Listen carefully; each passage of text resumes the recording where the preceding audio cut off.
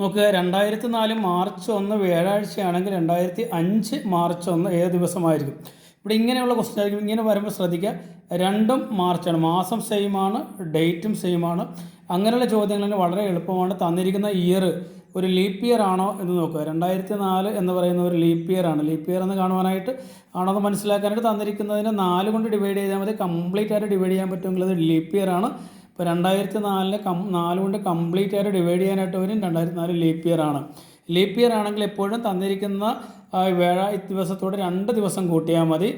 Leap year അല്ല, സാധാരണ വർഷമാണെങ്കിൽ 1 കൂട്ടിയാൽ മതി. പക്ഷേ ഇവിടെ നിങ്ങൾ നോക്കുക, ഇത് ലീപ്പ് ഇയർ ആണ്, പക്ഷേ തുടങ്ങുന്നത് മാർച്ച് 1. നമുക്ക് ലീപ്പ് ഇയർ വരിക ഫെബ്രുവരി 29, അവിടെയാണ് വ്യത്യാസം വരിക. മാർച്ച് 1 മുതലാണെങ്കിൽ നമ്മൾ ലീപ്പ് ഇയർ ആയിട്ട് നോക്കേണ്ട, ഒരു സാധാരണ ഇയർ ആയിട്ട് തന്നെ കണ്ടാൽ മതി. അങ്ങനെയാണെങ്കിൽ വ്യാഴാഴ്ചയോടെ ഒരു ദിവസം കൂട്ടുക. അപ്പോൾ നമ്മുടെ ആൻസർ വെള്ളിയാഴ്ച ആണ്. ഓക്കെ, വെള്ളിയാണ് നമ്മുടെ ആൻസർ.